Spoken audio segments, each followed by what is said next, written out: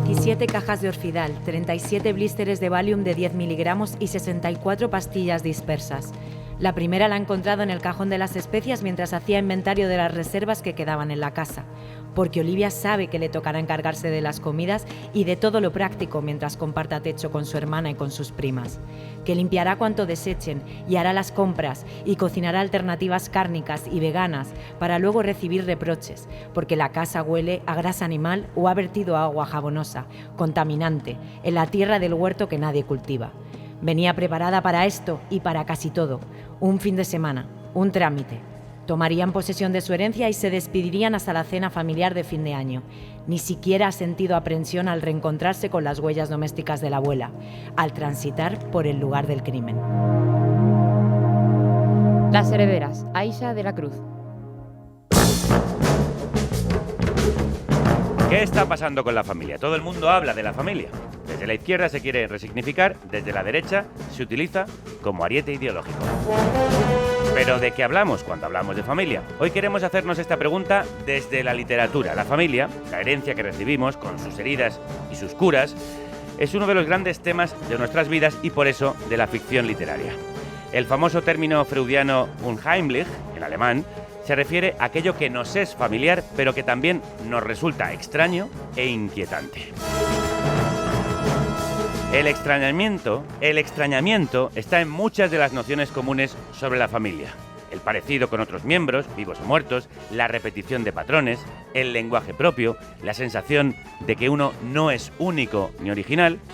¿Cuántas preguntas? Violeta Muñoz, crudos días. Javier Gallego, ¿cómo se nota que vienen literatas? Bien, te dice esta palabra en alemán, te pones elevado. Me vengo arriba. A mí me va mal el refranero popular, pues, por ejemplo, come a gusto y placentero y que ayune tu heredero. Muy bien Eso traído. me encanta. O uno más clásico, de tal palo, tal astilla.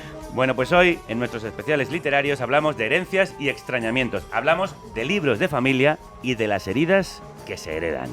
Muchos años después, en un lugar de la Mancha de cuyo nombre no quiero acordarme. Había una vez un principito que habitaba un planeta apenas... Vine a Comala porque me dijeron que acá vivía mi padre. Coronel Aureliano Buendía había recordado y que tenía necesidad de ir. Mi madre me lo dijo. Tomo. Y lomo. Tomo y lomo, muy crudos días, o lo que es lo mismo, Silvia Nanclares y Silvia Herreros de Tejada. Crudos días, Javier. Viene con coreografía ya. Compañera, ¿qué tal Sí. estáis? Crudos días, Violeta. Podéis verlas bailar. Que no se diga. A esta especie de brujas de aquelarre Esta literario familia que tenemos, en el Twitch. ¿cómo es, No sé, está un poquito tronada. Bueno, ¿qué tal Las estáis? Troner. Pues nada, encantadas con nuestro programa de hoy porque tiene pinta de que nos va a quedar, a ver, fetén. Abuela no tenéis, ¿no? Qué modestia, así da gusto. nosotras no. De verdad que va a ser un festín de novelas sobre ese tema tan escabroso o maravilloso que es la familia. Y empezamos con una de las autoras que está dando que hablar, vamos, en todo el panorama actual. Es la autora de Las herederas, publicada recientemente en Alfaguara.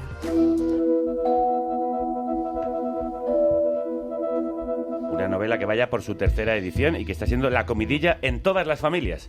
Aisha de la Cruz, muy crudos días. ¿Cómo estás? Buenos días, muy bien, encantada de estar con vosotras. Bueno, ¿por qué decidiste meter las manos en esa masa tan correosa que es la familia? Bueno, la verdad es que esta novela la escribí durante la pandemia, ¿no? Que fue esta época en la que nos obligaron a recluirnos como en la familia nuclear extrema. Recuerdo estas prohibiciones, ¿no? De solo convivientes, ¿no? De pronto yo creo que todas al final acabamos reflexionando de una forma o de otra sobre lo familiar, ¿no? Porque de pronto se canceló el exterior y solo nos quedó eso. Y yo en particular escribí esta novela refugiada en una casa familiar, ¿no? Cuando acabamos saturadísimos de la ciudad y de haber estado como encerrados con una niña pequeñísima en una casa de 40 metros cuadrados, pues dije, bueno, mi abuelo tiene una casa de campo en la aldea en la que él creció, ¿no? Está vacía, vamos a ocuparla. Y yo la verdad es que me he pasado toda la vida ocupando casas vacías de mi familia, por tanto han sido siempre un refugio, ¿no? Es decir, habría acabado como en la indigencia muchas veces si no fuera por la familia. Y al mismo tiempo la familia es siempre un lugar que genera ciertos malestares, ¿no? Es decir, desde las riñas típicas de las cenas de Nochebuena hasta otro tipo de conflictos más serios. En fin, para mí se coaligaron de pronto como estas dos ideas que tengo sobre la familia, que es que por un lado eso es un refugio, ¿no? Es como lo que siempre perdura cuando fallan las protecciones sociales, y al mismo tiempo es un lugar que está siempre cargado, ¿no? Cargado de emociones y de reminiscencias con el que no siempre es fácil lidiar. Sí, y por eso la casa, como refugio al mismo tiempo como carga emocional, es también protagonista de la novela. Sí, de hecho, Aisha le dedica la novela a tu abuela y a tu madre, que cuentas te enseñaron a transformar las voces en voz. ¿Cómo lo hicieron? Bueno, esto era un chiste privado en realidad, porque hay una anécdota en la novela que le asigno un personaje, pero que me pasó a mí misma, y es que yo cuando era pequeñita oía voces. Un día estaba con mi madre y teníamos unos vecinos muy ruidosos, ¿no? Y le dije, Juanma, no me están dejando los vecinos escuchar la televisión, y resulta que ese día no había ningún vecino discutiendo, ¿no? Entonces mi madre se dio cuenta, yo me di cuenta de que en efecto, pues a veces cuando estaba sola escuchaba cosas que no estaban ahí, ¿no? Como si sintonizaras una señal que no te corresponde. Y bueno, pues a partir de eso tuve una experiencia muy bonita, y es que gracias a mi abuela pues no me psiquiatrizaron la experiencia, ¿no? Mi madre se preocupó con el tema, me llevó al médico, me quería llevar a psiquiatras infantiles y tal, hasta que habló con mi abuela, y mi abuela le dijo, ay hija, yo llevo escuchando voces toda mi vida y no me ha pasado nada, ¿no? Bienvenida al club. Yo creo, fue un regalo que me hizo mi abuela, ¿no? Y algo como que le debo. Bueno, de hecho se presenta la novela también como Aisha de la Cruz, la autora de las muchas voces. ¿Quién es esta autora de tantas voces? Aisha de la Cruz nació en Bilbao en 1988 y además de escritora es filóloga y doctora en teoría de la literatura. Su novela anterior, Cambiar de idea, que seguro que habéis leído, sí, fue publicada en Caballo de Troya y ganó los premios Librotea y Euskadi. Fue finalista del premio Dulce Chacón y reconocida por Babelia como uno de los mejores libros de 2020. Ahí es nada. Bueno, y ahora publica Las herederas, protagonizada por 4 mujeres que tras el suicidio de su abuela regresan a la casa burgalesa donde han pasado los veranos de su infancia y que ahora han heredado. Aisha, ¿a tus personajes les da miedo que la abuela se haya suicidado? ¿Les da miedo acabar como ella, como Doña Carmen? Claro, sí, hay cuatro personajes, ¿no? Y cada una, de hecho, la planteo, la individualicé en relación a esta primera pregunta, ¿no? Que es cómo lidian con el suicidio de la abuela. Y 2 de ellas, digamos, que beben mucho de estas explicaciones psiquiátricas o biomédicas sobre la enfermedad, ¿no? Estamos en una época en la que ya se le ha quitado como este romanticismo literario que tenía el suicidio en otras épocas, ¿no? Ya no existen casi las explicaciones existencialistas, y tendemos a pensar que la gente que se suicida es porque previamente estaba enferma, ¿no? Tenía una patología psiquiátrica, y por tanto hay al menos 2 de las protagonistas en la novela que participan de esta mirada, y por tanto esta mirada del sufrimiento psíquico como enfermedad se asocia también a lo heredable, ¿no? Es decir, pues si heredamos los cánceres, si heredamos otras cosas, ¿por qué no vamos a heredar esta maldición? Como dices, uno de los grandes temas de la novela es la salud mental y el estigma, sobre todo, que supone, ¿no? ¿Cómo crees que está saliendo la salud mental del armario y cómo has abordado tú esta cuestión? Bueno, pues el tema de la salud mental, que para empezar ya me pone un poco nerviosa la etiqueta, o sea, no me gusta hablar de salud mental porque yo personalmente no creo que exista la enfermedad mental más que como símil, ¿no? No creo que sea equiparable a otro tipo de enfermedades fisiológicas, pero bueno, creo que es interesante que se esté hablando cada vez más, ¿no? De que la gente está padeciendo un sufrimiento psíquico que en muchos momentos lleva al suicidio, es incapacitante, pero me suele poner un poco nerviosa cómo se habla de contratar más psicólogos, se habla de ayudar más a los chavales en los colegios con psicólogos, con atención, y se está hablando muy poquito de las causas, ¿no? Es decir, ¿por qué estamos enfermando? ¿Por qué estamos padeciendo esto, ¿no? Al final se acaba como privatizando mucho la experiencia del dolor psíquico y se nos olvida recordar lo que para mí es evidente, que es el sistema, que son, o sea, el sistema en mayúsculas, o los sistemas familiares, o los traumas que siempre tienen algo de social, de colectivo, los que nos acaban generando este malestar. De hecho, tú dices aquí en una de las primeras páginas, parece que un suicidio en la familia constata lo que siempre se sospecha, que la locura corre en los genes, que estamos bíblicamente perdidas. Pero, aunque Nora entiende la aprensión, no la secunda. Es pensamiento mágico contra la materialidad que las aplasta. Si estamos locas, sostiene, será porque nos han enloquecido. Es el mundo en el que vivimos, en el que nos enloquece, Aisha. Totalmente.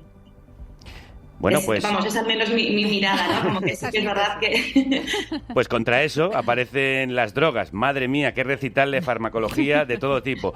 Benzodiazepinas, zolmitripán, orfidal, valium, ketamina, speed, ácido...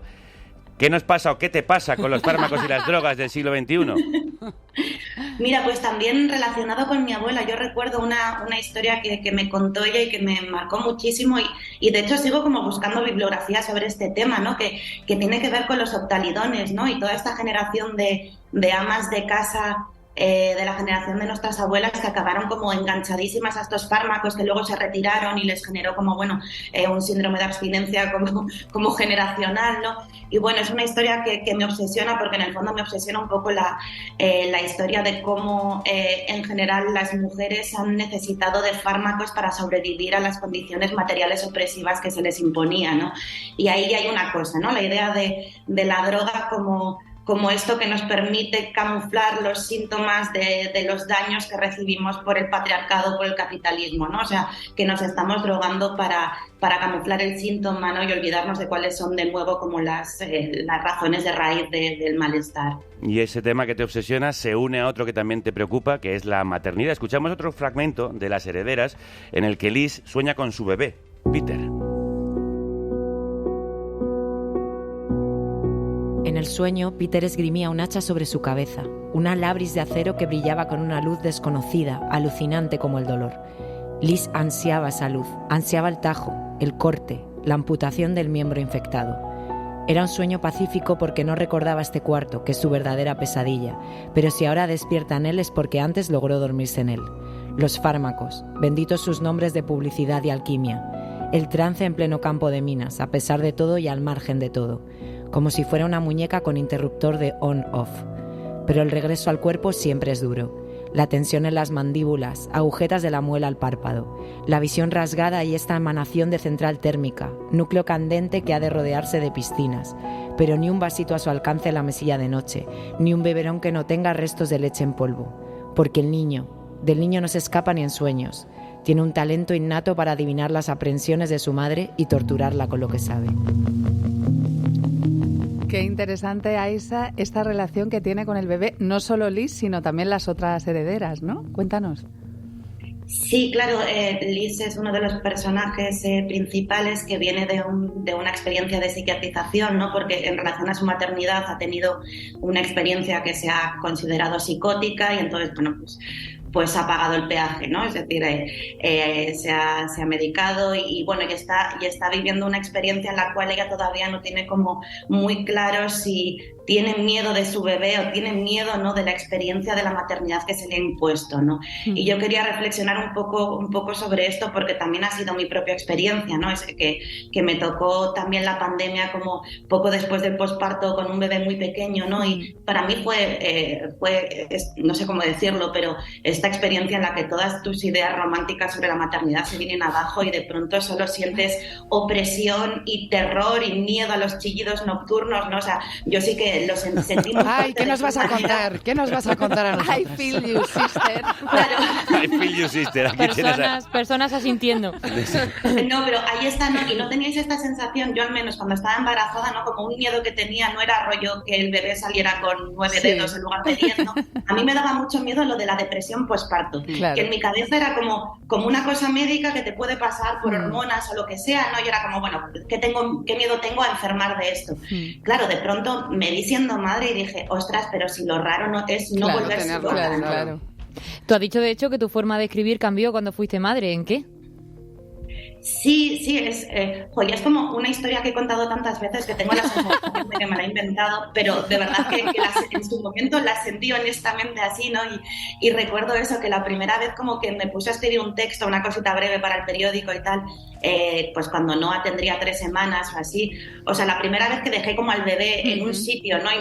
Y me puse a hacer otra cosa, sí que me di cuenta de que de pronto tecleaba a un ritmo distinto, ¿no? Como que hay algo que te obliga, o sea, que tener un un bebé en brazos te imprime como una delicadeza en los gestos, un cuidado, que de pronto lo que sentí es que se había transferido como a la escritura, ¿no? Que era yo más cuidadosa, más detallada, que tardaba más tiempo en teclear, lo que me hacía ser más consciente de la elección de las palabras, ¿no? Y luego para mí estoy como obsesionada con el ritmo en la prosa, ¿no? Y sí, y creo que me ha cambiado también como la cadencia interna de las frases. Pues yo estoy de acuerdo, bueno, no sé si ha sido la maternidad, pero en esa meticulosidad que tienes en la elección de las palabras, el ritmo constante que tiene la novela, lo bien escrita que está, lo palpitante que resulta ese estilo. ¿Cómo se consigue esa escritura personal, hipnótica y adictiva? Muchísimas gracias. Además de por ser madre. Bueno, claro, efectivamente. Porque algo influirá que ser escritora. Ya venía de antes. No, es así. Y pues a mí me encantan las explicaciones psicomágicas para esto, ¿no? Hay gente que dice que con el parto, ¿no? Cuando se abre el canal de parto, hay mujeres que tienen luego como experiencias psicóticas porque se libera esta especie de energía kundalini que está en el primer chakra y te cambia como la configuración energética. Podría ser algo así. Pero yo sí que cada vez siento más cuando escribo que lo hago con más libertad que antes y que sí que llego como a lugares de conexión que me recuerdan mucho con los procesos de meditar, ¿no? O sea, sí que he aprendido a escribir de otra manera, ¿no? En la que sí que siento que cambio un poquito como de estado de conciencia. Y eso también podría ser como un cambio, ¿no? En relación a mi escritura anterior. Muy a favor de la explicación psicomágica. Me encanta. Se entra un poco en trance cuando se escribe. Bueno, Aisha, además de estos temas que ya hemos tratado, como la psiquiatrización y la maternidad, surgen también otros temas en tu novela, como la violencia sexual, el refugio en lo espiritual, las vidas precarias, la uberización. ¿Primero vinieron los temas y luego los personajes, o te surgieron los temas a través de los personajes?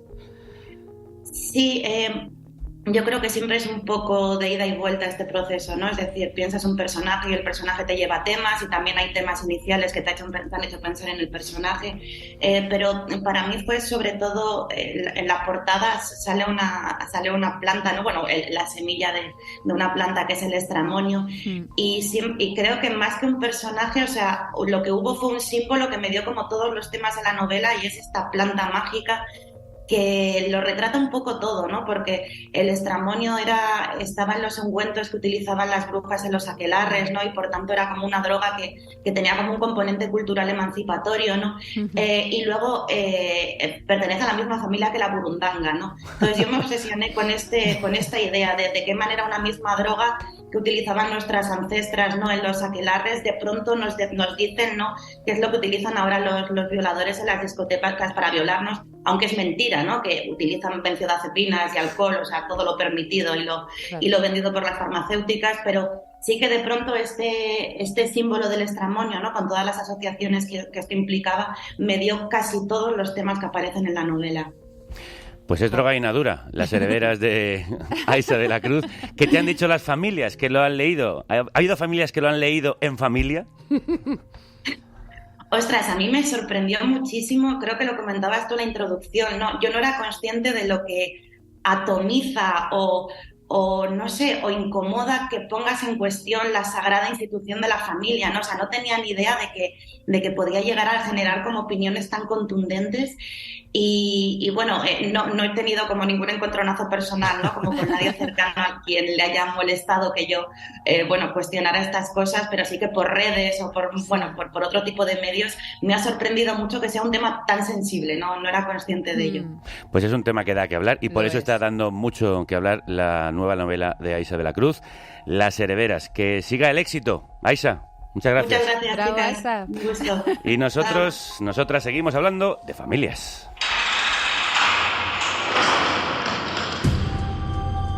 Vis a vis. Un cara a cara literario. Un encuentro íntimo. Y lo hacemos entre rejas. Sí, aunque en realidad hoy nos vamos a hacer esta entrevista, o vis a vis, a Galicia. A ver qué tal nos defiende su libro el autor.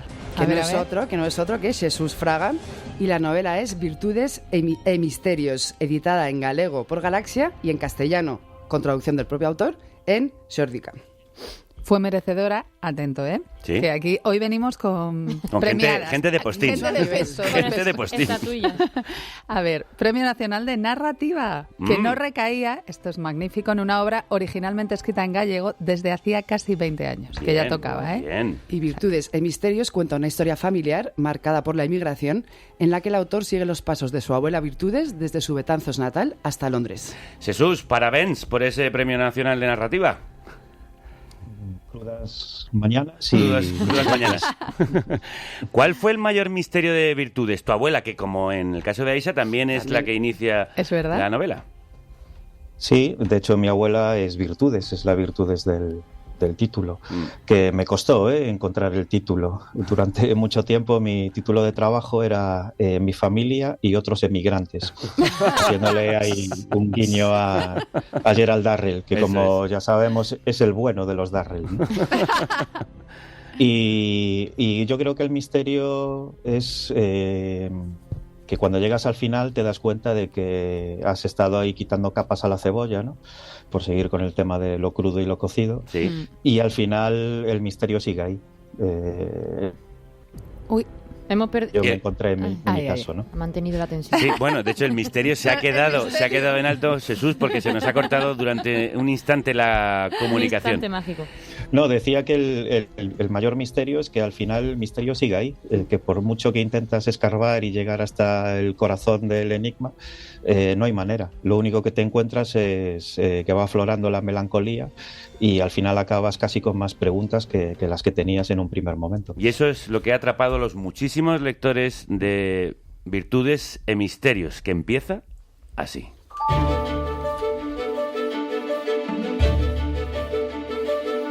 Cuando la abuela se enfadaba, se le encendía un brillo de fiereza en los ojos y apretaba los dientes en un gesto de severidad que le tiraba del mentón para arriba y le tensaba las arrugas. Me recordaba un bulldog al acecho de tus debilidades, de tu error. Te miraba desde abajo, desde la altura mínima de sus piernas arqueadas en un contrapicado que, lejos de restarle autoridad, anunciaba el inminente estallido de su indignación. Cuando la abuela se enfadaba conmigo se debía casi siempre a que le llevaba la contraria en sus opiniones incontestables o a una confusión que, según ella, era por mi culpa, pero que, creía yo, había sido fruto de un malentendido. Ella ignoraba mis razonamientos, que rebatía sin posibilidad de apelación. ¡Estás wrong!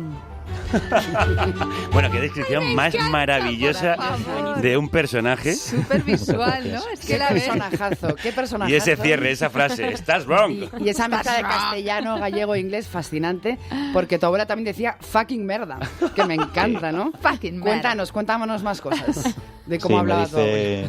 Me dice Viviana Candia que esa frase había que ponerla en una camiseta. Estás bronco. Pues sí, es una... nosotros le llamamos galenglish, ¿no? Una mezcla de gallego, inglés, castellano. Mi abuela al final se pasó 30 años en Londres, de los cuales vivió la gran mayoría ella sola, en un cuarto minúsculo, muy pequeñito. Y no había olvidado el gallego de su infancia y de su juventud, incluso de su primera vida adulta, porque ella ya emigró con 33 años y 3 hijas, ¿no? Que ya es casi la mitad de tu vida, ¿no? Y si pensamos en que eso fue el año 61, bueno, pues todavía más, ¿no? Pero lo iba coloreando con esas expresiones, ¿no? tan propias, que bueno, también tenía muchas amigas venezolanas y colombianas, con lo cual también se le colaba de vez en cuando algún modismo propio de allí, ¿no? Pero era muy, muy divertido escucharlos y cómo transformaban los topónimos, y al final también te lleva un poco a cómo la emigración de alguna forma te da identidades nuevas o te transforma en tu propia personalidad. Mi abuela aquí era Virtudes, pero en Inglaterra era Betty. ¿No? Y yo creo que el hecho de que ya tengas como 2 nombres en paralelo ya dice mucho, ¿no? de tu multiplicidad identitaria, ¿no? Es un poco como Jekyll y Hyde, ¿no? Y entonces ella daba, bueno, pues mucho color a sus expresiones, pues eso, con fucking merda, estás wrong, naughty, anyway. Era muy gracioso escucharla, ¿no? Y para un autor, claro, conocer a un personaje así es un regalo, ¿no? Total. Es un poco como eso que hacía Delibes, ¿no? Que iba escuchando a los paisanos por el campo. Pues yo puse el oído en mi familia y fue lo que salió. La historia de tu abuela de virtudes es la de tantos otros gallegos a mediados del siglo pasado. ¿Cómo influye su inmigración en tu madre y luego en ti? Sí, claro, todo esto arranca de otra emigración previa, que es la de mi abuelo, ¿no? Que mi abuelo era hijo de madre soltera, era zapatero remendón, y yo creo que fue víctima un poco de lo que hoy llamaríamos publicidad engañosa o fake news, ¿no? Que eran todos esos emigrantes que volvían de Venezuela o mandaban noticias de lo bien que les iba, ¿no? Del negocio del petróleo, de que se habían hecho ricos de la noche a la mañana. Y mi abuelo, que siempre había sido muy fantasioso, pues se marchó a Venezuela diciendo que iba a volver rico y que mientras no volvía iba a mandar dinero, ¿no? Y durante 5 o 6 años no solo no mandó dinero, sino que poco a poco la comunicación se fue perdiendo, y llegó un momento en que mi abuela estaba desesperada porque ella se había quedado con sus 3 hijas. Ella trabajaba, pues como muchas otras mujeres, ¿no?, de su época y de su condición social, pues labraba fincas, lavaba como lavandera en el río, era camarera en la estación de tren, 1000 trabajos muy eventuales y muy precarios que no le daban para sostener a sus hijas, ¿no? Entonces, cuando mi abuela le dice, oye, si no vas a mandar dinero, será mejor que vuelvas, ¿no? Y él le dice que no quiere volver, ella se ofrece a ir, él no quiere que ella vaya, y llega un momento que se pierde la comunicación. Entonces mi abuela, pues por una casualidad, se encuentra una vecina que tiene una amiga que ha emigrado a Inglaterra, porque en ese momento se produce ese gran cambio de rumbo, ¿no? Se deja de emigrar a América y se empieza a emigrar a Europa, y se va para allá dejando a sus 3 hijas al cuidado de su madre, de mi bisabuela. Y todo eso pues nos ha marcado, ¿no? Marcó a su generación, marcó a la generación de mi madre y de mis tías, y me ha marcado a mí, que yo nací en Londres precisamente porque allí estaba emigrada mi madre, que a su vez había ido porque al cumplir los 18 mi abuela le dijo, ven para aquí que hay que trabajar y hay que mandar dinero, ¿no? Y mi madre, que siempre había querido ser maestra y nunca pudo estudiar, ¿no? Porque ni siquiera hizo el instituto. En el Betanzos de esa época el instituto era exclusivamente masculino. Luego mis tías sí se beneficiaron del cambio, ¿no?, cuando unos años después ya pudieron estudiar ellas, pero mi madre aprendió inglés en la inmigración y eso le permitió a ella satisfacer de alguna forma su vocación pedagógica, dando clases de inglés en casa. Anda. Era las célebres pasantías, ¿no?, de los años 80, cuando todo el mundo palmaba el inglés y tenías que ponerte al día si querías pasar de curso. Y cómo no hacerte escritor, ¿no? Claro. Con esas mimbres, o sea, es que tú, lo tenías hecho. Hombre, yo eso se lo debo mucho a mi madre, ¿no? Porque mi madre siempre había tenido hambre de cultura, ¿no? Escuchaba música clásica en la radio, leía los pocos libros que caían en sus manos, y claro, cuando llega a Londres de los años 60, queda deslumbrada, ¿no? Porque hay bibliotecas públicas, están los grandes museos, puede ir a conciertos en los parques. Ella le da la impresión de que está en el paraíso, ¿no? O sea, un paraíso un poco jodido porque tiene que trabajar mucho, pero a la vez le ofrece otro mundo que hasta ese momento ella desconocía por completo, ¿no? O sea, va a misa y cantan misas de Bach, ¿no? Que ella, que siempre lo había idolatrado. Entonces, ella era muy consciente de que el aprendizaje del idioma no solo era una cuestión laboral, sino que también era una herramienta para ensanchar los límites de tu vida, ¿no? Y hacerla más interesante, más atractiva, y todo eso, en cierto modo, el vehículo privilegiado eran los libros. A mí me lo transmite ya desde muy niño. Y yo he crecido siempre leyendo, y creo que, para ser escritor primero tienes que haber sido lector, ¿no? O tienes que seguir siendo lector a la vez. Una cosa sin la otra es imposible. Así que esa es otra herencia que yo recibo de mi madre y en el fondo de la emigración también. Sí, claro. De la emigración queremos hablar, ya hemos hablado, porque, aunque no es el único, desde Rosalía de Castro es uno de los grandes temas de la literatura gallega. Adiós ríos, adiós fontes, adiós regatos pequeños. Escuchamos el poema Adiós ríos, adiós fontes de Rosalía con música y voz de Amancio Prada. ¿Cómo encaras un tema tan tratado ya en tu tierra? ¿Cómo le das la vuelta? Bueno, realmente se trata de contar lo mejor que puedas la historia de tu familia, ¿no? Y todo lo demás viene añadido. Es decir, en este caso la emigración venía de serie, ¿no? No podías obviar que fue la circunstancia fundamental que nos marcó a esas 3 generaciones de la familia. Creo que contándolo desde mi sensibilidad, que la llevas como incorporada, ¿no? a tu mirada. No te sientas y dices voy a escribir un libro sobre migrantes o voy a destacar el papel de las mujeres emigrantes, ¿no? Es algo que surge naturalmente, ¿no? Porque has crecido con ello y tu propia evolución, ¿no? Personal y tu mirada política, ¿no? Porque en el fondo esto también es política, pues es la que marca un poco la dirección, ¿no? Creo que creo que sigue habiendo poco relato para la trascendencia que ha tenido, sobre todo de la inmigración europea, en el caso gallego, y no solo gallego, ¿no? Mi abuela y mi madre, por ejemplo, trabajaban en una residencia de enfermeras, cocinando para ellas y limpiando, y como ellas, la mayoría de las mujeres que estaban allí eran gallegas, pero también asturianas, extremeñas, aragonesas, portuguesas. Era un mundo muy feminizado, pero que también estaba ausente en el relato, ¿no? Hasta ahora siempre hemos visto esos relatos migratorios como la peripecia de un hombre que se va de su pueblo, analfabeto, y escala, ¿no? Gracias a golpes de fortuna o su tesón, y acaba convertido en un indiano, hacendado. Un poco el self-made man, ¿no? Norteamericano, pero en versión enxebre gallega, ¿no? Y en cambio todas esas mujeres, ¿no? que sobre todo la emigración europea propició que pudiesen emigrar en igualdad, ¿no? con ellos, ¿no? Independientemente, sin estar subordinadas al matrimonio, esa posición secundaria, era algo que también era interesante relatar, ¿no? También con sus problemas, ¿no? Mi abuela para emigrar necesitaba un pasaporte, y en la España franquista no tenía derecho a tener su propio pasaporte, ¿no? Necesitaba que su marido firmase la solicitud, ¿no?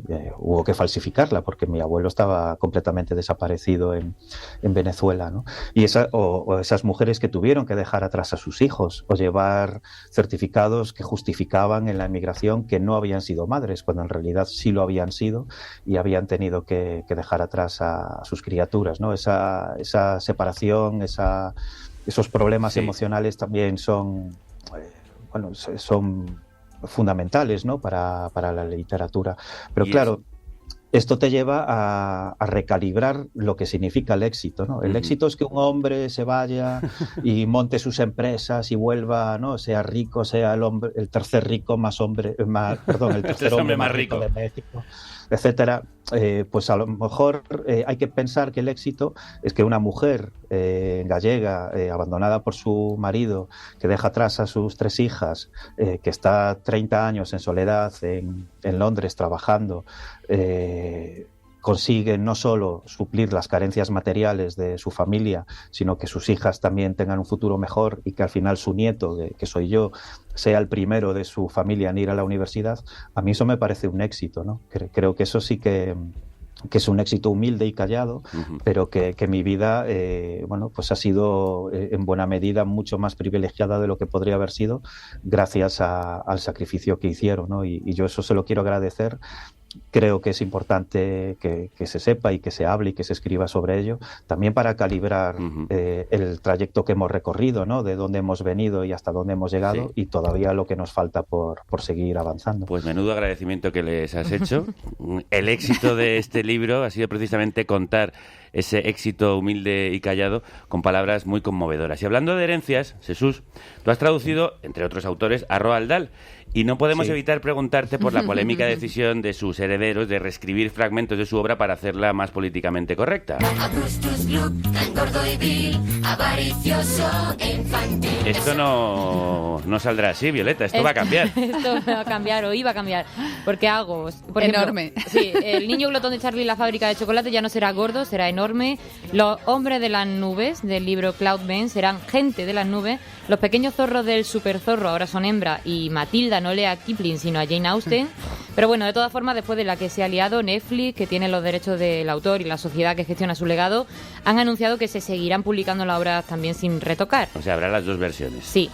Jesús, ¿qué opinión te merece esto? Bueno, habría que preguntarse si esto realmente obedece a un criterio de compromiso moral, ¿no? O de compromiso con la igualdad o con las sensibilidades, o si es en el fondo seguir vendiendo libros, ¿no? Que yo sospecho que va un poquito por ahí. Sí, grandísima campaña de publicidad se ha hecho, efectivamente, gratuita. Bueno, y que son dos corporaciones, ¿no? No hay un interés literario real, ¿no? Sí, yo creo que en este caso primero hay que deslindar la obra del autor, ¿no? Porque ahí, no, es que Roald Dahl era misógino, era un mal bicho. Bueno, pues no lo sé. Era un señor de los 70. Claro, sí, efectivamente. A mí me ha llegado su libro, ¿no? Charlie y la fábrica de chocolate posiblemente sea el libro que yo más veces he leído en mi vida, porque lo leía de niño, primero en Inglaterra y luego ya cuando nos volvimos, ¿no? Nos volvimos cuando yo era niño y me traje todos mis libros ingleses, ¿no? Conmigo, y mi abuela me seguía mandando los libros que yo le pedía. Qué guay. Y, hombre, yo... Bueno, creo que no arrastro ningún trauma, ¿no? Por los Umpalumpas o por el pobre Augustus Gloop, ¿no? O las brujas calvas. Las brujas, claro. No somos peores personas. A mí me encantaban cuentos en verso para niños. Hombre, bueno, con este ya, o sea, colapsan. Sí, los relatos de... ¿no? Lo inesperado. Lo inesperado. Yo traduje el librero, ¿no? Y es verdad que esa pareja, ¿no? Que gestiona esa librería anticuaria son deleznables. Un verdadero tanta gente asco. en la vida real. Ya te digo, claro, es que es el mundo, amigos. Claro, si no te los encuentras en los libros, luego el radar para detectarlos en la vida lo tienes un poco desactivado. Totalmente. ¿no? Bueno, pues si queréis encontrar una buena historia, un buen libro, el radar debe dirigiros hacia Jesús Fraga y Virtudes e Misterios, en galego o en castellano. Maravilloso. Jesús, muchas gracias. Muchas gracias. Graciñas. Muy bien, gracias a vosotros. Un placer. Oh, capitán, mi capitán. El Club de los Lectores. En esta clase pueden llamarme señor Keating. El Club de los Lectores Hambrientos. O si son más atrevidos. Oh, capitán, mi capitán. Ñam, ñam. Y de Galicia, ¿a dónde nos vamos en este club para seguir hablando de libros de familia? Pues mira, nos vamos a Noruega, concretamente a Oslo, al corazón de otra familia que telita. Pero tela. A ver, yo creo que para hablar de esta novela habría que tomarse un chupito de Aquavit, o varias botellas de vino, o un poco de Jägermeister. O sea, lo que tenga por porque ahí. ¿cómo beben los personajes? Madre mía. Mira, hablamos de La herencia, publicado por Nórdica y Mármara en castellano, una de las novelas más importantes de la literatura contemporánea europea. Lo podemos decir así. Sí, Y es sí. espectacular. No, es una barbaridad de novela. Es un libro que ha conmocionado a la sociedad noruega y que a partir de un conflicto relacionado con las disposiciones testamentarias de una familia se airean las miserias y secretos familiares de la autora, Vigdis Hjorth. Bueno, aquí está el meollo, o un trasunto ficcional de ella. Porque a ver, ¿qué es realidad y qué es ficción? Se ha liado parda, por lo visto, con esto. Muy parda. En Noruega, la herencia ha vendido más de 150.000 ejemplares, ha recibido el premio de la crítica y de los libreros y fue seleccionada para el National Book Award de Estados Unidos como mejor obra traducida. Y por eso la hermana, creo que se ha puesto una de las hermanas un poquito... Bueno, es que hasta tú, o sea, hasta... Sí, un poquito de mal humor. Un poquito, solo un poquito. Bueno, y para hablar de ella, de la novela y de la autora, tenemos nada más y nada menos que a Sisti Bajetun, una de las más prestigiosas traductoras contemporáneas al castellano del noruego, que junto a Asun Lorenzo ha traducido esta bomba maravillosa. Sisti, crudos días. Buenos días. Buenos días. ¿Qué tal? ¿Te has abierto ya una botella de vino? Es un poco temprano. Bueno, Vigdis lo haría, sí. Sí. ¿Qué pasó en Noruega con la publicación de La herencia? Porque creo que las relaciones familiares de la autora, que ya no estaban muy bien, volaron por los aires. Sí, bueno, ya las relaciones de la familia, según se entiende, ya estaban rotas. Y claro, cuando es muy curioso porque fue un poco el inicio de la discusión de lo que era la novela ficción, ¿no? La novela autoficción, quiero decir. Sí. Que ella misma opina que no es una novela autoficción. Vigdis Hjorth dice que ella ella ha escrito una novela utilizando vivencias propias. Pero bueno, sí que, porque no, digamos que el contenido de la novela en sí no esconde nada, no es que use los nombres ni apellidos ni nada, pero es evidente de que se trata de su familia, es todo igual. Pero tuvo una vamos a ver, tuvo críticas estupendas, pero había, por ejemplo, en el periódico más grande, más importante de Noruega, que es un periódico conservador que se llama Aftenposten, la que reseñó el libro, pues fue muy crítica, le pareció como horrible lo de tanto exhibir la realidad de una familia, ¿no? Pero entre mucho tuvo, como tú habéis dicho ya, tuvo muchísimo éxito literario. Y yo creo que sí, había gente que se escandalizó, pero yo creo que quizá no tanto como uno podía pensarse.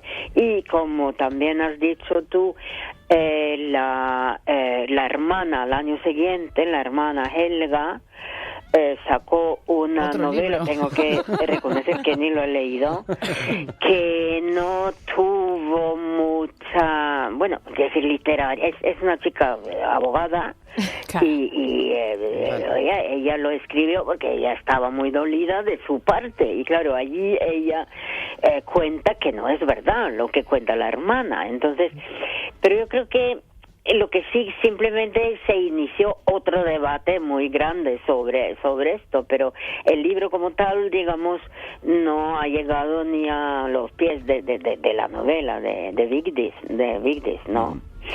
No sé si eso se contesta. Sí. De hecho, bueno, este conflicto ya se vivió con la publicación de Mi lucha, ¿no? La heptalogía de Karl Ove Knausgaard, también traducida por Asun Lorenzo y por ti. Sí, que os pasa a los noruegos con contar vuestros trapos sucios.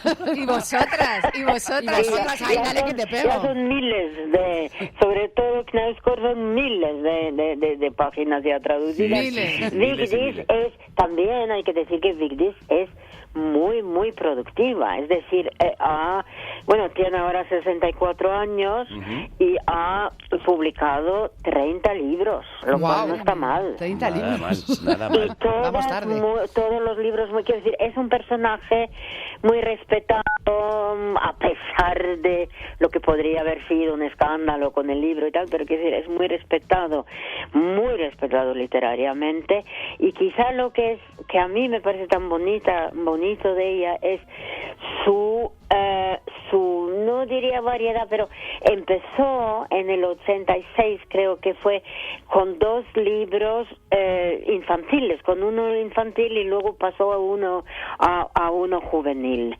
y ha sido muy apremiada y elogiada como ella entiende la infancia y la juventud, y con muchísima comprensión. Como dice un crítico que he leído en algún sitio, que ella toma igual de serio el enamoramiento de un niño o una niña, un niño de 9 años, que el enamoramiento de una de 19. Pues claro que sí. Y yo creo que es esa profunda comprensión o intento de comprender, en primer lugar, a los niños, a los jóvenes, luego pasó ya a escribir libros de mayores, pero es una persona verdaderamente, ¿cómo diría yo?, muy plena, hace cosas muy buenas. Y luego, eso es muy curioso, yo la he conocido, no mucho, pero en alguna, y es una persona muy alegre, muy humorística. No lo parece leyendo el libro. Es verdad. Bueno, hablando de alegrías, déjame que demos paso a lo siguiente, porque hoy que tenemos de las herencias y las genealogías como el tema principal, hemos querido tener la voz de alguien que ha heredado de Sisti el placer de la lectura y de la traducción. Te manda un saludo. Hola, mamá. Bueno, a mí además me llena de alegría, de orgullo y satisfacción saludar a Cristina Gómez Wagentum, porque fue... ¡Qué sorpresa! Hola, mamá, y todavía no se Y todavía no se había dado cuenta. Sí, La hija de Sisti, que fue compañera mía del instituto y que es una de las grandes traductoras del noruego. No me digas. Sí, claro. Sí, Cris estaba en mi instituto. Sí. Y bueno, pues ella nos habla de este oficio, de esta genealogía de la traducción entre Noruega y España. Yo creo que para las personas que crecemos entre dos culturas y dos lenguas, para nosotros la traducción forma una parte natural de la vida, es intrínseco. Cuentan de mí que desde los 4 o 5 años, cuando se juntaban mis abuelos noruegos y mis abuelos españoles, yo ya les hacía de traductora para que ellos se pudieran comunicar.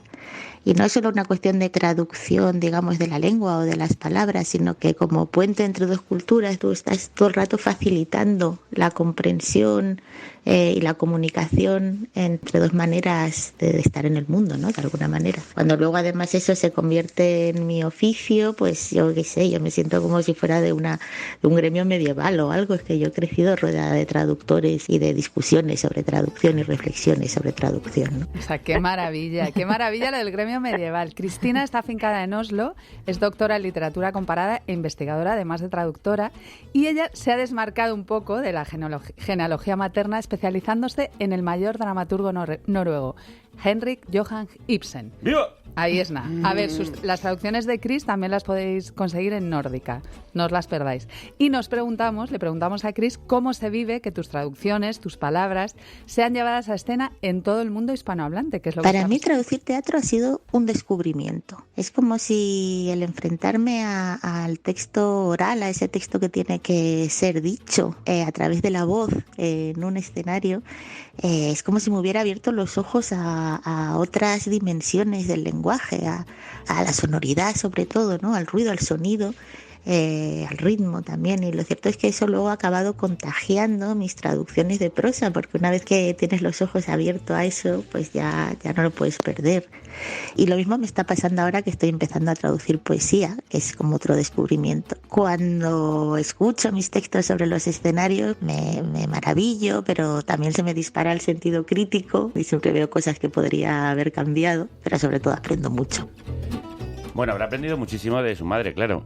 Sisti, le hemos preguntado a Cris si tenía algo para decirte en relación con su herencia del oficio, porque no queremos comenzar No, por favor. Aquí no queremos comenzar aquí ningún conflicto familiar ni batalla legal. Lo que dice Cristina, yo suelo decir que yo he vivido en la traducción, no he vivido pero he vivido en traducción. Desde que conocí al padre de Cristina, como yo tenía 16 años, él 17, en Inglaterra, hace 1000 años, más de 50 años, desde entonces he vivido lo que Cristina también luego vivió, en traducción, entre dos familias, entre amigos, entre países, y yo creo, claro, hemos perdido. A ver si la recuperamos. Mientras tanto, escuchamos a Cris hablar de su herencia. Yo a mi madre, ante todo, querría darle las gracias y agradecerle no solo el oficio, la profesión que he heredado, sino más bien y sobre todo el hecho de que he heredado el amor por los libros y el amor por la literatura, el hecho de que desde pequeña me leyera todas las noches y luego cuando fui creciendo, pues que me fuera regalando libros y fuera conduciendo mis lecturas. Para mí ese amor por los libros es uno de los mayores regalos que he recibido en mi vida. Es como tener un tesoro. Y ese tesoro pues lo llevas siempre contigo y eso lo agradezco muchísimo. Vaya, no hemos podido recuperar a Sisti, pero le enviaremos este precioso homenaje que le ha hecho su hija Cristina, a la que le envío un abrazo muy fuerte. Y hablando de familia, para quienes escucháis el podcast antes del sábado 4 de marzo, aquí nuestra Silvia Nanclares presenta en la librería La Fabulosa de Madrid Vínculos, de la escritora y editora pamplonesa Antxine Mendizábal. Otra novela impresionante sobre genealogías, herencias y familias que pone el foco en las relaciones madre-hija, siempre complejas y tradicionalmente silenciadas. Será este sábado 4 de marzo a las 12:30 en La Fabulosa. Y luego, por lo visto, se van a ir de Bermús con la autora. Nosotros, antes de irnos de Bermús, queremos despediros y daros las gracias por este pedazo de programa sobre los libros de familia. Adiós, amores. Adiós.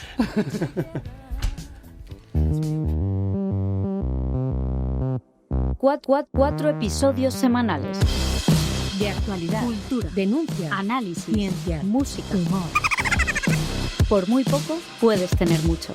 Hazte productor o productora en carnecruda.es. Y a cuento de la reescritura de Roald Dahl para hacerlo más inofensivo, el agente provocador nos ha anunciado que quiere reivindicar que los libros sean peligrosos, y no podemos estar más de acuerdo. Sí, así que de los legados familiares pasamos a la escritura letal.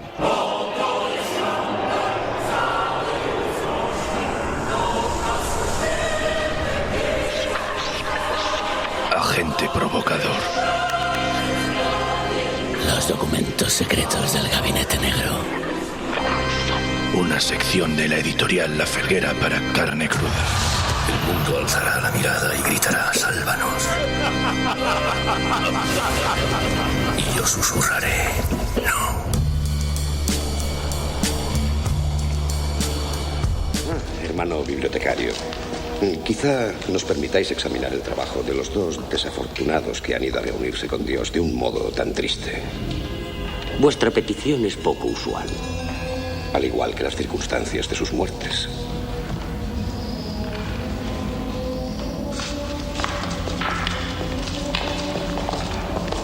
El hermano Adelmo se sentaba ahí. Gracias. Agente provocador, bienvenido.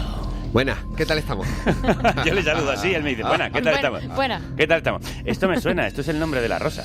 Pues sí, así es. ¿Y recuerdan de qué iba la película? Sí, contaba la historia de unos frailes que investigaban un montón de asesinatos que sucedían en un monasterio medieval. Sí, y lo más bonito de todo, y por lo que vengo yo aquí, es porque morían por un libro de Aristóteles. En la novela de Humberto Eco, El nombre de la rosa, ese libro se convertía en un arma mortal. Eso es. ¿Y de qué iba realmente? Pues voy a desvelar ya la trama. Sí, mira, todo que el mundo no la ha visto, ya todo el mundo la ha visto. Pues pasar las páginas y seguidamente llevarse los dedos a la boca podía suponer la muerte porque el ejemplar estaba envenenado, algo que hacemos muchas veces inconscientemente y puede tener su peligro. Sí. Y un monje benedictino bastante loco, la verdad, estaba detrás de la trama, y la película realmente iba de libros que podían matarte, y más o menos es de lo que vamos a hablar. Sí, sí. Bueno, el gran tema de la novela de Eco es que los libros, como la risa, pueden ser peligrosos para quien los lee, pero también y sobre todo para el poder, porque una mente instruida es una mente que desafía el poder, y por eso el poder advertía, como las autoridades sanitarias, de que los libros pueden ser perjudiciales para tu salud. Me encanta. Pues entonces, moraleja, los libros pueden matarte, atención, sí. Los libros pueden matarte. Y Paracelso, ya que está muy vinculado a las artes mágicas y la alquimia, que es una cosa que a mí me encanta, como sabéis, ya lo advirtió. Él decía una cosa muy bonita, que decía: todas las sustancias son venenos, no existe ninguna que no lo sea, la dosis diferencia un veneno de un remedio. Madre mía, qué sabias palabras. Bueno, se puede aplicar para muchas cosas, ¿eh? Y eso lo sabían muy bien los alquimistas, porque ellos estaban acostumbrados a trabajar con sustancias que eran potencialmente dañinas. Ellos realmente no lo sabían en esa época, ¿eh? Luego todo eso se vino luego, ¿no? Y a veces, lógicamente, cometían imprudencias. También lo sabían, por ejemplo, los antiguos escritores y conservadores de manuscritos raros, y por supuesto los pintores, porque la tinta, que es donde está realmente el veneno, escondía peligros. Y eso lo han comprobado hace poco, hace unos años, unos expertos daneses que se han encontrado con varios manuscritos con cubiertas forradas literalmente de arsénico. ¿Y qué se hace con esos libros letales? Pues esto es más frecuente de lo que pensamos, porque hay algunas universidades que tienen libros encapsulados.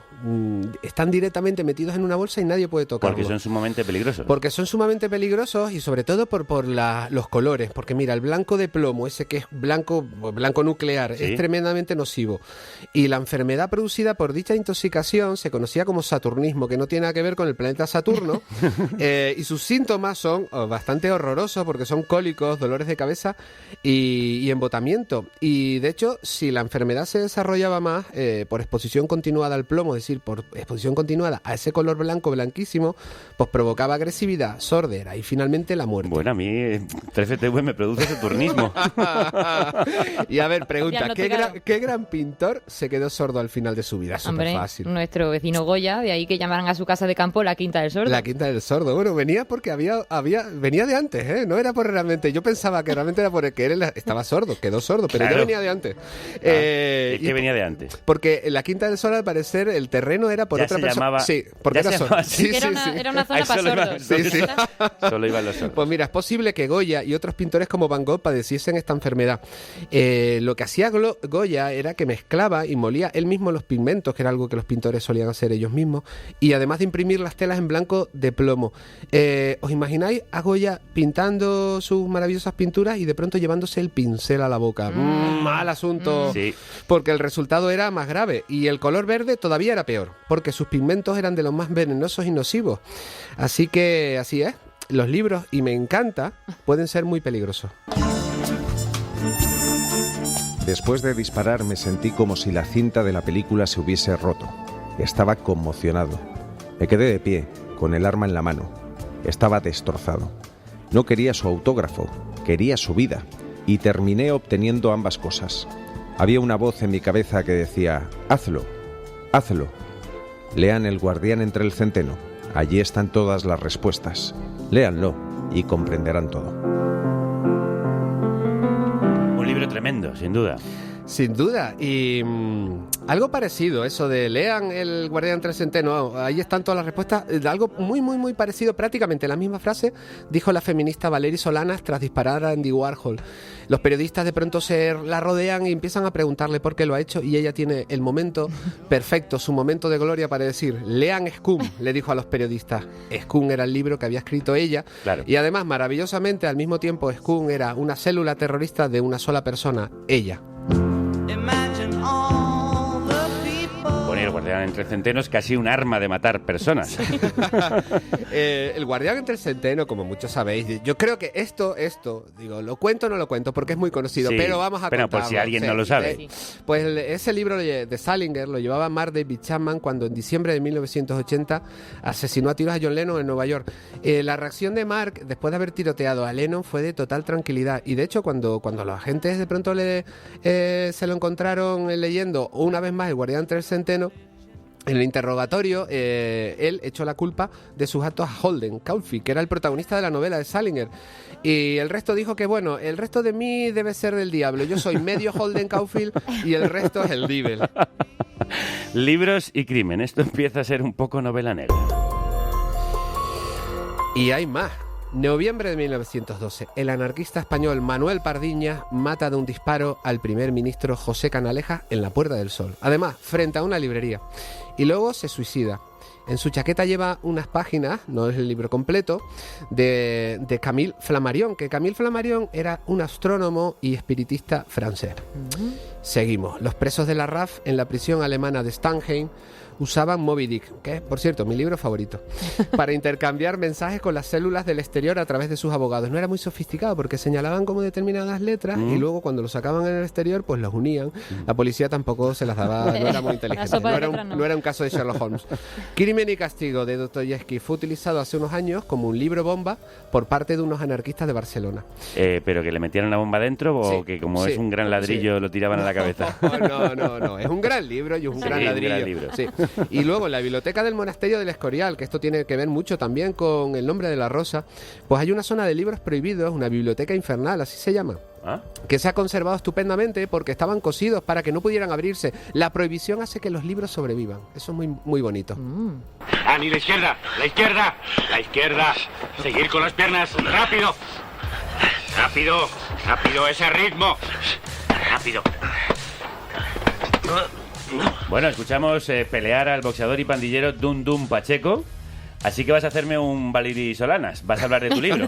No. Bueno, a ver, este fragmento es de la película Kinky, Juventud Drogada, en la que sale Pacheco, por supuesto, ¿no? Pero hay que ir más atrás. 1966, cuando empieza el calvario de Dum Dum.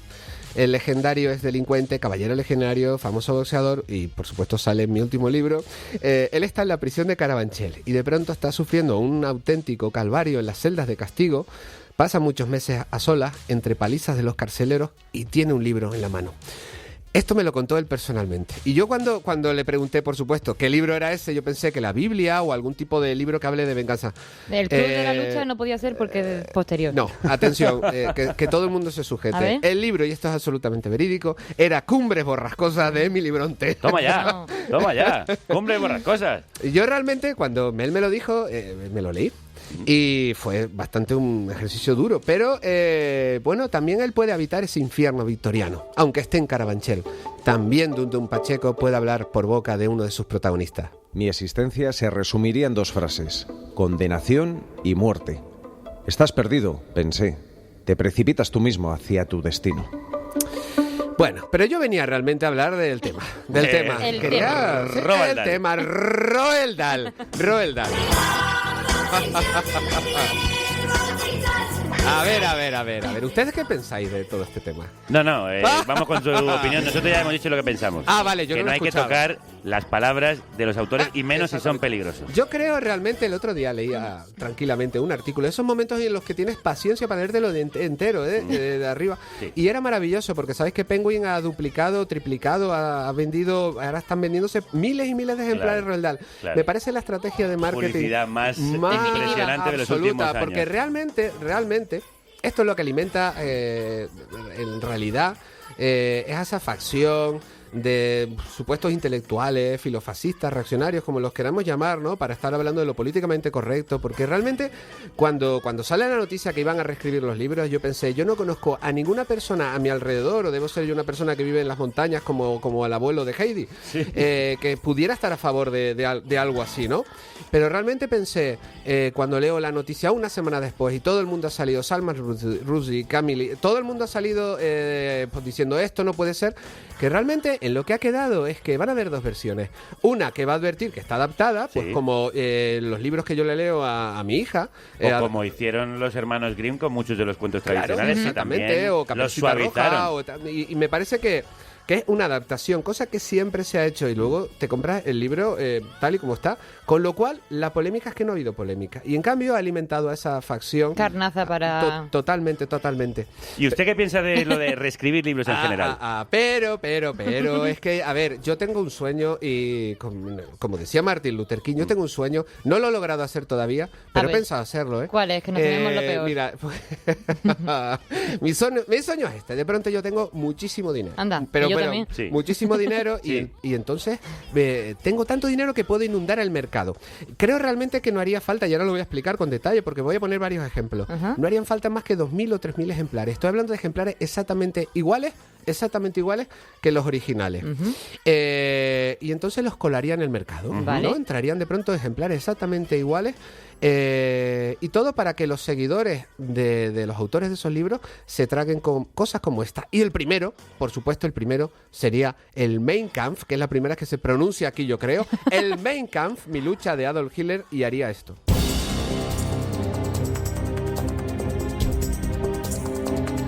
Millares de nuestros conciudadanos se hallan ciegos ante el envenenamiento de nuestra raza, sistemáticamente practicado por el vinacho. Metódicamente esos parásitos de las malas bodegas están degenerando a nuestros inexpertos jóvenes, destruyendo de esta forma un valor que nunca más podrá ser restituido. O este otro pasaje. El que va de machote es y será siempre el parásito típico, un bicho que como un microbio nocivo se propaga cada vez más cuando se encuentra en condiciones adecuadas. Su acción vital se parece a la de los parásitos de la naturaleza. El pueblo que le hospeda será exterminado con mayor o menor rapidez. Bueno, sin duda sería muy útil para librarnos de sus seguidores. Bueno, entonces a veces está muy bien reescribir obras. Totalmente, en estos casos yo estaría totalmente de acuerdo. Y el segundo libro al que yo trabajaría duramente para lograr intoxicar y inundar el mercado de copias falsas, pero aparentemente exactamente iguales, pues lamentablemente para varias personas, pues posiblemente para mi santa madre también, serían los textos sagrados. La Biblia, concretamente la Pasión de Cristo, que es una historia que me encanta. Muy bien. Mira, yo me lo imagino así, de pronto, en medio de la misa, el sacerdote abre la Santa Biblia, busca con el dedo envenenado, a lo mejor, busca con el dedo envenenado el versículo y comienza a leer. Llegados al lugar llamado Calvario, le crucificaron allí a él y a los malhechores, uno a la derecha y otro a la izquierda.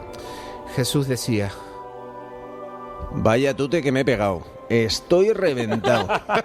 Se repartieron sus vestidos, echando a suerte. Estaba el pueblo mirando. Los magistrados hacían muecas diciendo: este tío es muy pintón, va todo vestido de cuero negro y con collar de perro. También los soldados se burlaban de él y acercándose le ofrecían vinagre y le decían: si tú eres el rey, demuéstralo bailando.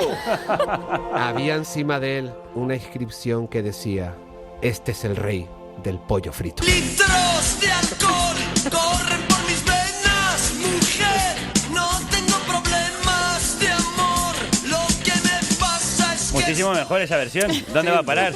Bueno, quiero ya las versiones de Mi lucha de Hitler y... Los clásicos, los evangelios editados en La Felguera. Efectivamente, editados por La Felguera. A lo mejor alguien se me adelanta, yo le invito a que lo haga, que eso sería maravilloso. Bueno, tenemos que ir terminando. Sí, mira, llegados a este punto me gustaría hacer algo que lo deseo de todo corazón. Me gustaría leeros una carta que he escrito.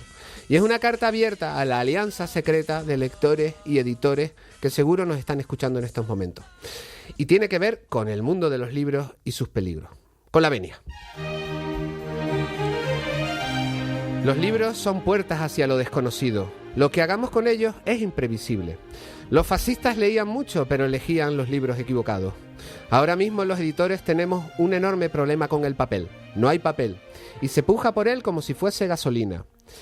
Cuando llegó la pandemia, la situación empeoró mucho. Los grandes sellos hicieron acopio y los independientes tuvimos que ir a por el papel restante. Especularon. Y los precios han subido entre un 40 y un 60%. Reeditar hoy un libro del 2018 costará casi 2 veces más. Ya nada volverá a ser como antes. Lo que nos quitan no regresa jamás. Pienso en los derechos laborales, pero también en los libros. Hay otros factores. Las cajas de Amazon, por ejemplo, que necesitan mucho papel para fabricar una caja de Amazon. Así que imaginaos millones y millones de cajas de Amazon. O el cierre de varias fábricas de papel en la Europa del Este a causa de la guerra. O el encarecimiento de la energía. Todo eso lo pagamos los editores. Por eso muchos editores españoles imprimen en China, es algo bastante vergonzoso, o al menos a mí me lo parece. E incluso algunos se inventan imprentas ficticias, y esto es absolutamente real, en nuestro país para evitar que aparezca la vergonzante mención Made in China. En la última página aparece una cierta imprenta de Barcelona que no existe. No falla, coge un libro al azar, uno infantil, por ejemplo. Casi toda la novela gráfica o el cómic nacional ya se imprime en China, de la que se sabe muy poco. En esta guerra de todos contra todos, quien pierde es la economía local, porque con los libros siempre se habla de que es un ecosistema complejo, pero así es. Así que hoy leer es un acto de resistencia porque se dirige contra las dinámicas del capitalismo, las prisas, la tensión, la falta de tiempo, en el metro, en la calle, en la cafetería, las cabezas agachadas, la tecnología hiperconectándonos y alejándonos de todo. En pandemia, una conocida cadena de librerías anunció por todo lo alto que había contratado con Globo para que un libro que se compra por la mañana lo tengas en tu casa por la tarde. Así tendríamos más tiempo para leer más, cuando lo que no tenemos es el tiempo que nos quita el trabajo, las redes sociales, la constante y enfermiza sociabilidad, nuestra soledad conectada. Leer es cosa de agentes secretos y de la logia de las letras, esa que ama el tacto, la espera, todo eso que ya no está de moda. O sí, yo creo que tiene que ver con las grandes minorías y que al final ya está comenzando. Igual que se reivindica el paseo, las derivas, la obra de Thoreau o de Walt Whitman, el campo, todo eso es la conciencia de un mundo perdido, la nostalgia por lo que desaparece aunque jamás lo hará. Porque en el fondo, leer o escribir sobrevivirán porque lo importante son las historias y la imaginación. Es posible que el 90% de los libros que se editan en España, y creo que me quedo corto, sean absolutamente prescindibles. También que escribir no tiene ninguna importancia y al mismo tiempo la tiene toda. Porque el acto de leer o escribir es ancestral y pertenece a una tradición gloriosa. Esa que comenzó una noche alrededor del fuego, hace siglos y siglos, cuando alguien de pronto se levantó y dijo: les voy a contar una historia, porque los libros, amigos y amigas, son la vida. Gracias y buenas noches. Bien, había que decirlo y se dijo. Vivan los editores que hablan claro y bonito. Servando Rocha, agente provocador, siga usted provocando, siga editando libros peligrosos que maten a las mentes. Venga, muchas gracias. Abrazo y voy a fabricar mis libros envenenados y mis libros para colarlos en la librería. Cuidado por ahí. ¡Hey!